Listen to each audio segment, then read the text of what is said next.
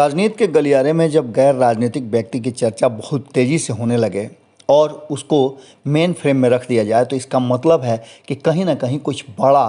होने वाला है। नमस्कार, भोरे भोर के इस एपिसोड में आपका बहुत बहुत अभिनंदन करते हैं। जैसा कि आपको लगातार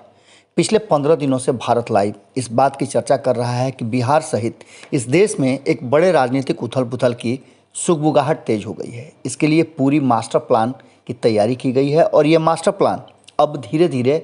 अपने परवान पर चढ़ता जा रहा है। ममता बनर्जी को आपने जिस तरह से देखा कि वो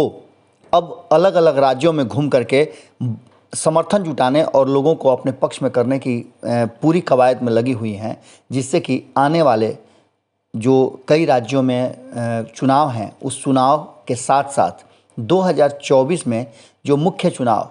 उस चुनाव तक भारतीय जनता पार्टी के विरुद्ध एक बड़ा मजबूत विपक्ष तैयार किया जाए जो कहीं ना कहीं नरेंद्र मोदी को टक्कर दे सके। इसके चेहरे की तलाश में बहुत जगह से घूमते हुए ममता बनर्जी पर आकर के लोगों की निगाहें टिक गई है और ये संभव तब हुआ है जब ममता बनर्जी ने बंगाल में एक बहुत बढ़िया प्रदर्शन किया था।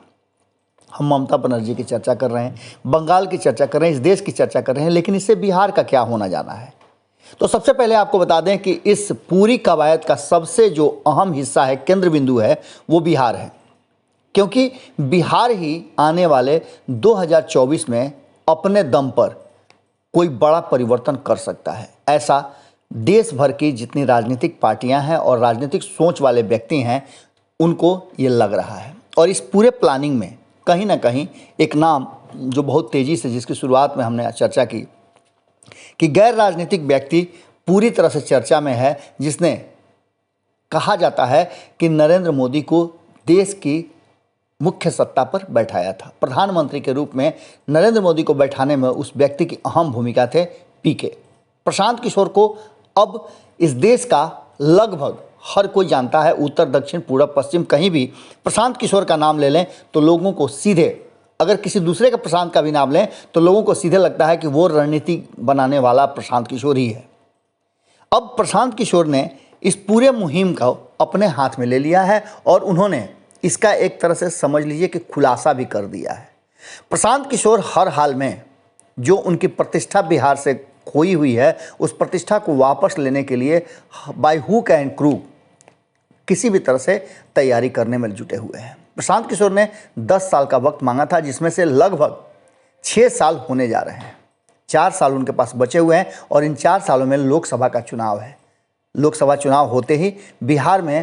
बिहार विधानसभा के चुनाव की सुगबुगाहट हो जाएगी और प्रशांत किशोर इस बात को समझते हैं। उन्होंने बिहार में, आपको याद होगा,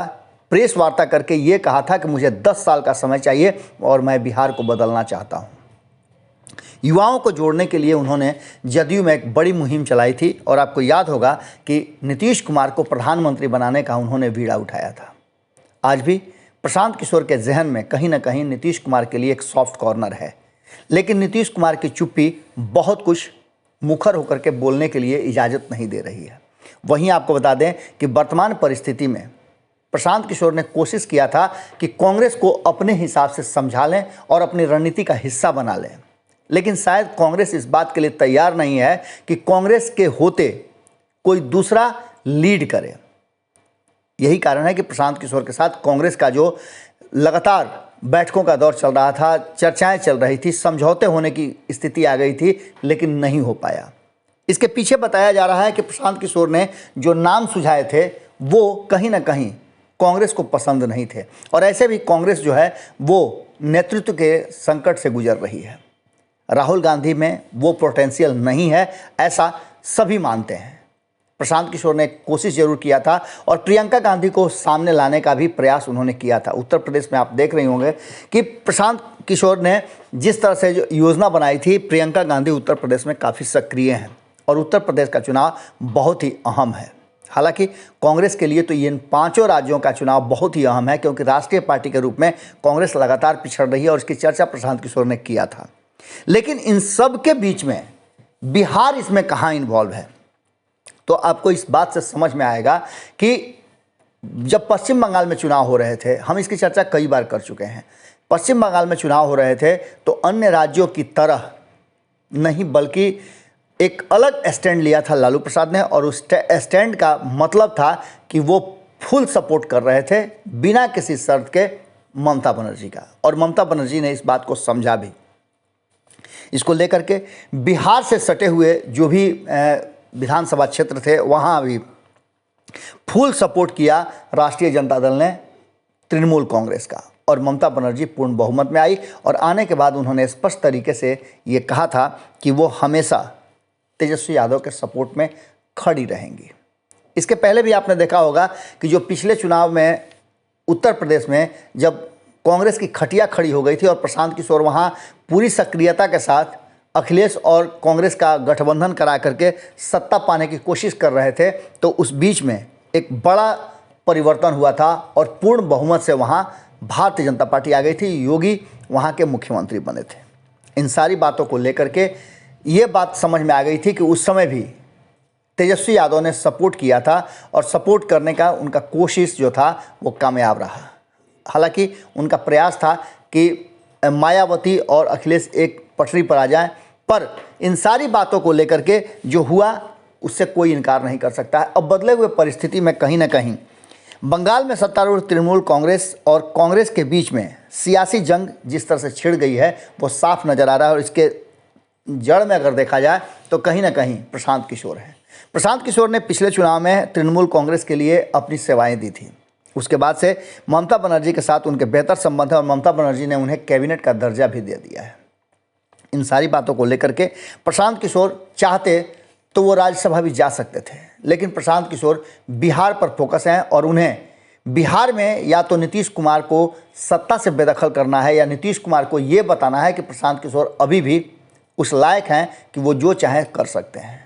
दोनों के बीच में शीत युद्ध चल रहा है, और इस बात को कहीं ना कहीं नीतीश कुमार भी समझ रहे हैं। और इसके तह में एक ही बात है कि केंद्र में नरेंद्र मोदी और अमित शाह की जोड़ी वाली जो सत्तारूढ़ दल है भारतीय जनता पार्टी, उसे सत्ता से बेदखल करना है। इसके लिए उन्हें सपोर्ट बिहार का चाहिए, और ख़ुद को बिहार में वो बेहतर ढंग से लाना चाहते हैं, और बिहार के विकास की बात, वो बिहार को एक नए बिहार बनाने की कोशिश का वो कई बार बात कर चुके हैं। इसके साथ ही अब जो वर्तमान परिस्थिति है उसमें टीएमसी ने अपने मुखपत्र जागो बंगाल में कहा है कि भारतीय जनता पार्टी से लड़ने के लिए उसकी प्रतिबद्धता सभी जानते हैं, जग जाहिर है। कांग्रेस के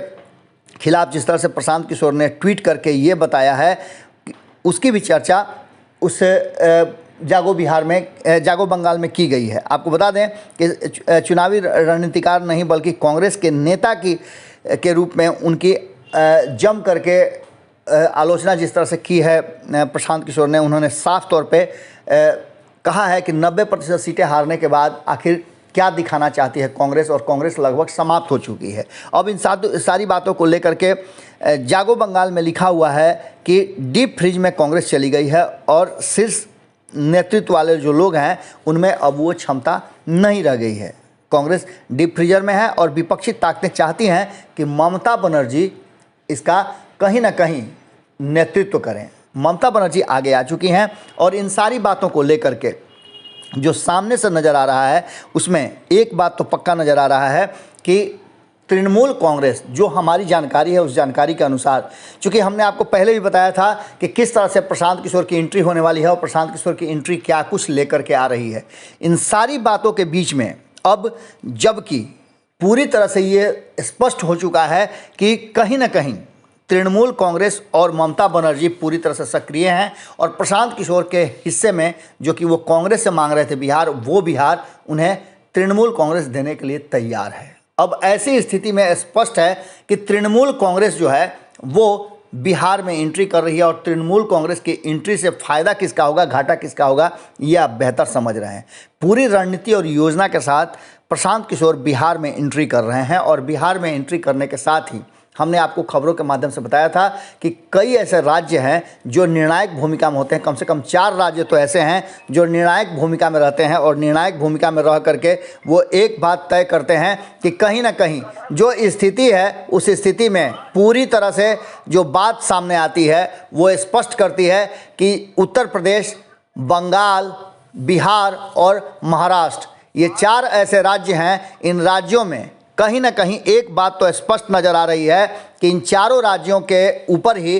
केंद्र में कौन सी सरकार बनेगी उसका दारोमदार है। इन सारी बातों को लेकर के प्रशांत किशोर की योजना बन चुकी है और इस योजना में एक सबसे बड़ी योजना है जिसका खुलासा हमने थोड़ा सा आपको रातों रात में बताया था, वो ये है कि प्रशांत किशोर पूरी तरह से तृणमूल कांग्रेस को बिहार में स्थापित करना चाहते हैं और इसके लिए उन्होंने योजना भी बना ली है, रणनीति भी बना ली है। और उस रणनीति में एक बात पक्का नज़र आ रहा है कि उस रणनीति के अनुसार वो कई विधायक और कई दल के नेताओं के संपर्क में हैं। आने वाले समय में तृणमूल कांग्रेस बिहार में लॉन्च होगी और उसके साथ ही नीतीश कुमार के लिए मुश्किलें भी खड़ी करने वाली है। नीतीश कुमार को कहीं ना कहीं सत्ता से बेदखल करने का जो चाहिए था खाद पानी, वो पूरी तरह से जुटाने में सफल लग रहे हैं कि हो गए हैं प्रशांत किशोर। और प्रशांत किशोर ने बड़ी मजबूती के साथ जो बातें कही हैं कि कांग्रेस समाप्त हो गई है, तो ऐसी स्थिति में आप समझ सकते हैं कि पूरी तरह से तेजस्वी के सपोर्ट में बिहार आ रही है ममता बनर्जी की तृणमूल कांग्रेस। और प्रशांत किशोर ने इसके लिए बड़ा गेम प्लान बना लिया है और इस गेम प्लान का एग्जीक्यूशन आपको बहुत जल्द देखने को मिलेगा। 14 जनवरी जो कि खरमास खत्म होता है, उसके बाद से बिहार में बड़े राजनीतिक उलट पलट होने वाले हैं और इस उलट पुलट में देखने को मिलेगा कि हो सकता है कि प्रशांत किशोर की रणनीति यदि पूरी तरह से कामयाब हो जाती है तो बिहार में सत्ता परिवर्तन की भी एक बड़ी बात भीतर खाने में धीरे से ही सही लेकिन चर्चाएं शुरू हो चुकी हैं। भोरे भोर के इस एपिसोड में हम आपसे यही विदा लेते हैं। बहुत बहुत धन्यवाद, नमस्कार। अगर ये वीडियो पसंद आई और वह बिहार के राजनीति और बिहारियत से सरोकार रखेनी तो सब्सक्राइब बटन दबा के चैनल के सब्सक्राइब कर ली। ओजे एगो घंटी बा, ओकरा बटन दबा देला से कुल सटीक और मारक खबर रुआ मुफ्त में मिल जाई। अगर रुआ पत्रकारिता के हमनी के नया प्रयोग में सहयोग कर चाहतानी तो ज्वाइन बटन दबा दी। पेटीएम नंबर नोट कर ली 9386816700। धन्यवाद।